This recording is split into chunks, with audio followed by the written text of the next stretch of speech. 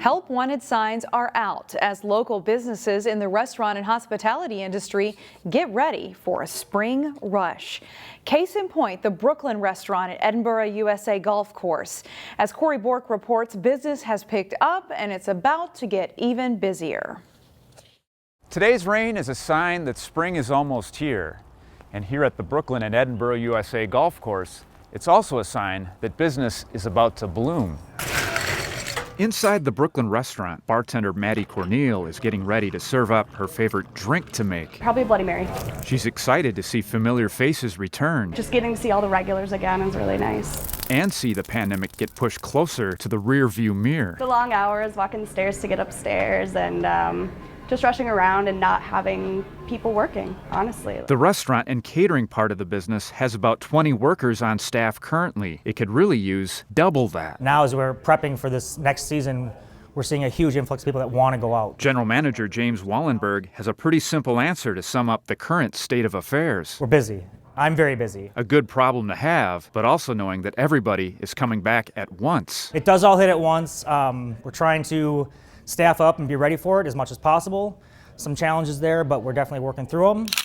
Not only has business picked up at the restaurant, it's been twice as much as last year for sure, and I just see that getting busier. But the venue has nearly 100 weddings booked this summer. All of the weddings that have been postponed for the past 2 years that are all coming to fruition now, plus the new ones, the people that are getting married. Not to mention corporate events are returning too, which means Wallenberg is not only busy working, he's busy hiring. The staff here is very good. We've all been together for 3 years. We've had very little turnover here. So it's a great crew to work with. D'Amico as a whole is a great company. In Brooklyn Park, Corey Bork, CCX News.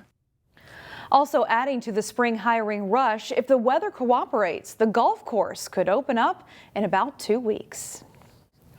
Brooklyn Center police are investigating a shooting that involved 2 vehicles.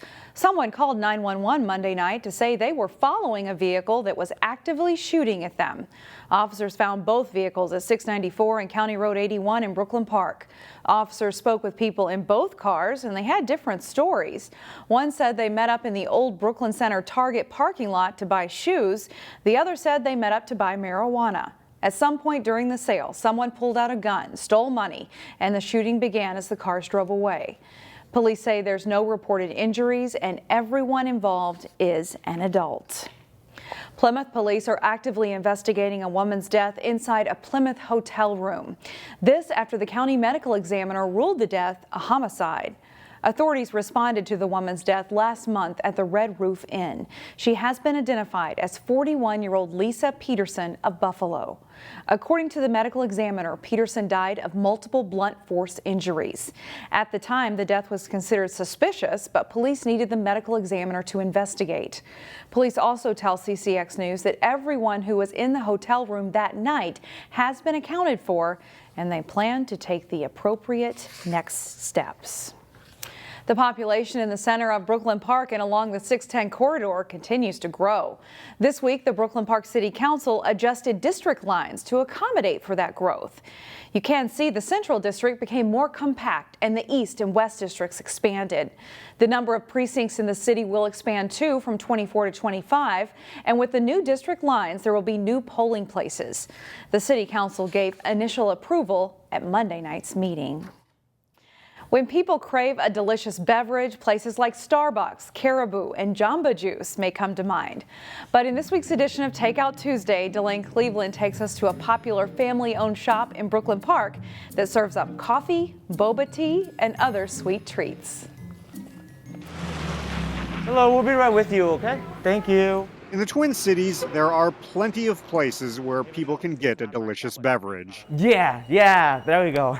But one thing you won't find at most of those shops are drinks filled with small, flavor-filled bubbles, also known as boba. There are clear pearls filled with juice, and then when you bite on them, they burst out with the flavor, and this is strawberry. That's the concept behind Tii Cup, a family-owned boba tea shop that opened in Brooklyn Park's Northwind Plaza in 2012. So we make various kind of drinks, which will be tea drinks and smoothies, and then we can add in those bobas to make it fun, right? Joey Pham is the manager of Tii Cup.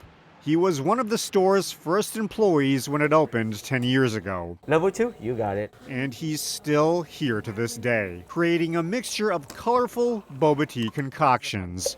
It's a drink that originated in Taiwan. Our mission was to introduce bubble tea to everyone, and it's actually working. In the 10 years since Tii Cup opened, Pham says the store has evolved from attracting a primarily Asian customer base to now serving people of all different backgrounds. I mean, it's okay to try new things. That's how you know what you like. Yeah. Word has definitely gotten out, as a constant flow of customers keep them busy throughout the day. Especially at night. Yeah, that's when everyone's done with work and they're done with school and everything. They just want a cup of tea. Only it's tea that has considerably more flavor than what you'd get elsewhere. It's really good. I mean, I like the strawberry pineapple. That's my favorite kind. With more than a dozen varieties on the menu, Tii Cup has a little something for everyone. It's like a fun treat for them every time they get to come in here. In Brooklyn Park, Delane Cleveland, CCX News.